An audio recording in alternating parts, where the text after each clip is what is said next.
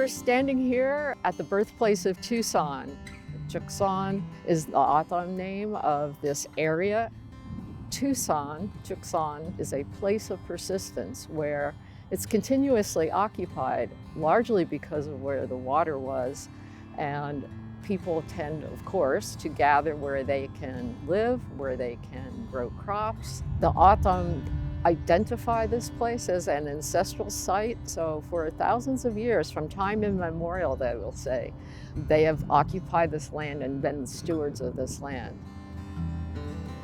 The Spanish colonization in the 1690s, missionization of this area, brought the first Europeans here. And then through time, the Hohokam were basically subjugated to the Spanish Empire. They were trying to create citizens of Spain, pay taxes, and basically build wealth for the colonizing nation. And then, of course, the Mexican period, independence comes along, and this place transforms. It's no longer a Spanish colony, but it is now part of sovereign Mexico. And then the Anglos come, of course. So this place has all the major traditions of Tucson, and everywhere under these streets, everywhere in downtown Tucson, there is archaeology beneath the streets that attests to the long-term occupation of this region.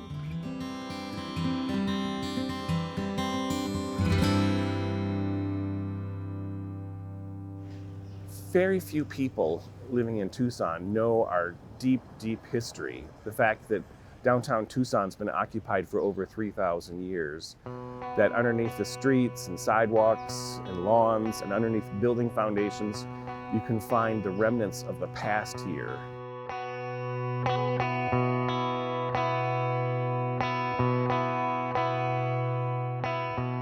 Where we're standing, there's about 6 feet of archaeology here. On top, you have the construction debris from when they built the courthouse. Below that is the demolition debris from the buildings they tore down. The Pima County Jail from 1881, the City of Tucson's jail, and the Pioneer Firehouse. Underneath that is the stables that was here in the 1860s. Below that is the presidio period deposits from the Spanish fort. And below that is prehistoric Hohokam village.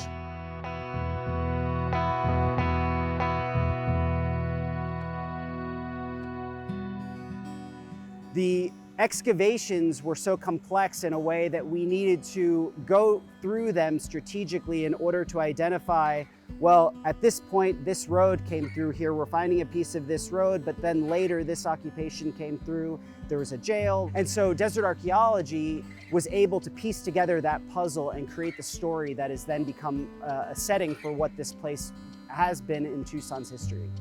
In 1775, they established the location of the Spanish fort. They came up in 1776 and began construction.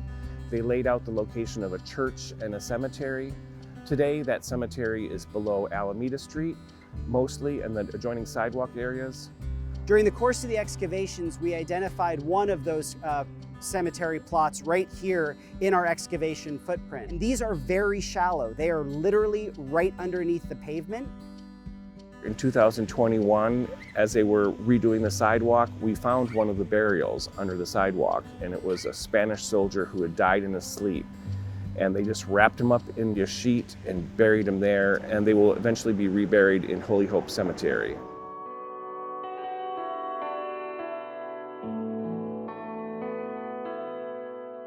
The land that we're sitting on is considered the birthplace of Tucson. And we know that that's probably true because we found a 4,100-year-old settlement here. We found villages from about 2,000 years ago, 1,500 years ago, and 1,000 years ago. So we know people have been living here for at least 4,100 years up until today. And as part of the whole process of getting this area available for redevelopment, they had to remove large quantities of 1950s landfill. And it was amazing. They would dig down 25 feet and everything was perfectly preserved. There would be a banana peel that you could still identify and people's Christmas cards. And I live in the neighborhood, and let me tell you, the smell from 1950s trash 50 years later, not so fun. Eventually they started spraying Febreze in the air to make the stench a little bit more acceptable. Most people, when they walk around Tucson, they see sidewalks, they see buildings, they see modern cafes and so forth. What they really don't understand is the history that's beneath the streets. And really, anywhere you walk in the city of Tucson, there's a history that is so complex and so deep that dates back 10,000 years. We sit on the most recent time, the most recent iteration of that highly storied landscape.